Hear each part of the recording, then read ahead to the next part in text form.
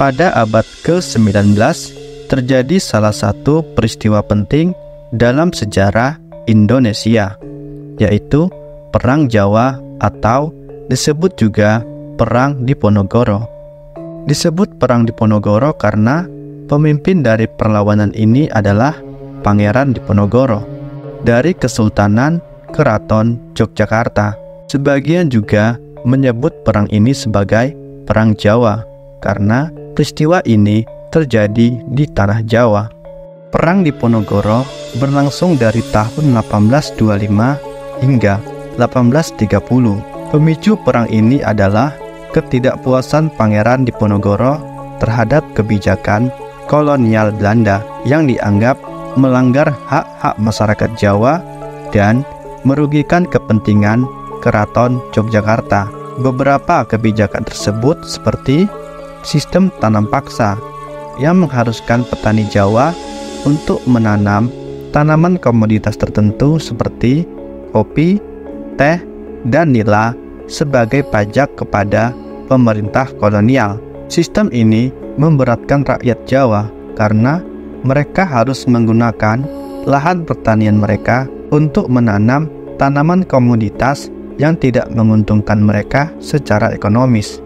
Hal ini mengurangi sumber pendapatan dan kemandirian ekonomi kerajaan. Selain itu, ada pula pengambil alihan tanah secara besar-besaran di Jawa. Pemerintah Belanda mengklaim tanah-tanah yang sebelumnya menjadi wilayah kekuasaan kerajaan dan kaum pribumi. Hal ini merugikan rakyat Jawa dan mengancam keberadaan tanah milik Keraton Yogyakarta. Campur tangan dalam urusan pemerintahan dan tata kelola kerajaan juga dianggap mengusik kedaulatan Keraton Yogyakarta. Mereka menempatkan residu dan penguasa kolonial di dalam keraton sebagai penasehat atau pengawas. Hal ini menyebabkan kehilangan otonomi politik dan merugikan kepentingan Keraton Yogyakarta dalam mengatur wilayahnya sendiri.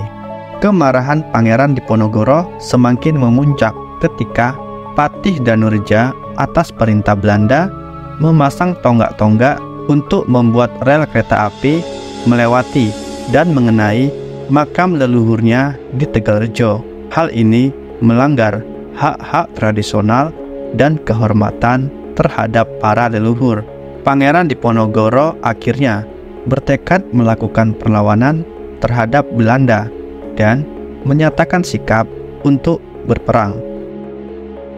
Selama peperangan berlangsung, Pangeran Diponegoro mendapatkan dukungan dari berbagai kalangan seperti petani, kiai, bangsawan, dan beberapa pasukan dari Keraton Yogyakarta yang juga tidak puas dengan kebijakan Belanda di Tanah Jawa. Mereka menyumbangkan tenaga, uang, dan barang-barang berharga lainnya sebagai dana perang.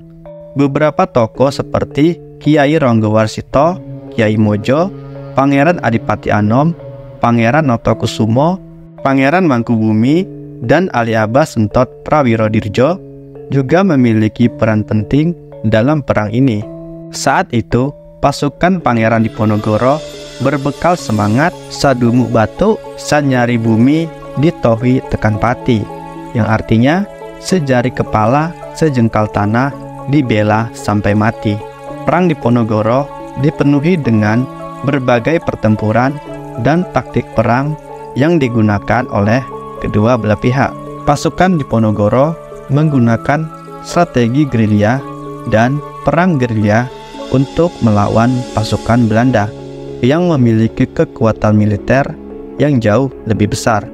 Mereka menggunakan hutan, gua, dan benteng alamiah sebagai tempat persembunyian dan menghindari serangan langsung pasukan Belanda. Pasukan Diponegoro terus bergerak dari wilayah Yogyakarta, Jawa Tengah, hingga Jawa Timur.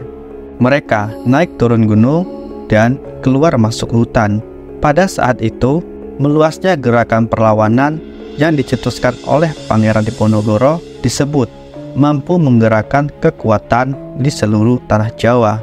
Perang ini sangat merepotkan Belanda hingga Belanda terpaksa mengirimkan bantuan yang didatangkan baik dari Hindia Belanda maupun dari luar Hindia Belanda.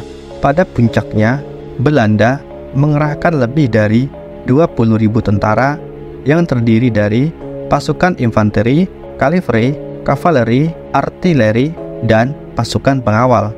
Pasukan tersebut juga didukung oleh persenjataan modern seperti senapan musket, meriam, dan artileri berat.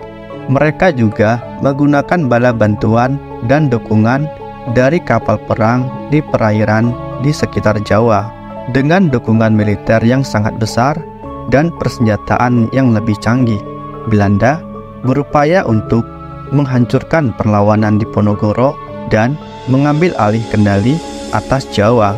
Meskipun pasukan Belanda memiliki keunggulan jumlah dan persenjataan, perang tersebut tetap berlangsung selama 5 tahun dan memakan banyak korban dari kedua belah pihak. Pengerahan pasukan yang besar oleh Belanda dalam perang Diponegoro menunjukkan betapa seriusnya mereka menghadapi perlawanan Diponegoro sebagai ancaman terhadap kekuasaan kolonial di tanah Jawa. Mereka berusaha untuk menghancurkan perlawanan itu dengan kekuatan militer yang sangat besar dan bersiap untuk menghadapi tantangan yang kompleks dalam upaya tersebut. Pasukan Belanda yang semakin banyak dan kuat membuat posisi pasukan Diponegoro semakin terjepit. Satu persatu, pemimpin pasukan Diponegoro berhasil ditangkap Belanda, termasuk Kiai Mojo, Pangeran Mangkubumi, dan Alibasa Sentot Prawirodirjo.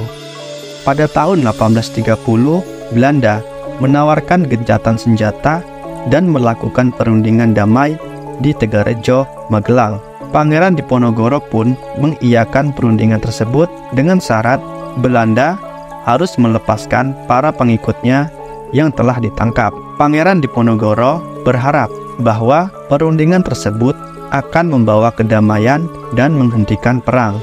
Namun, perundingan tersebut ternyata hanyalah jebakan. Ini adalah siasat licik Belanda untuk dapat menangkap Pangeran Diponegoro. Dan dengan ditangkapnya Pangeran Diponegoro, maka menandakan berakhirnya Perang Jawa atau Perang Diponegoro yang sangat melelahkan.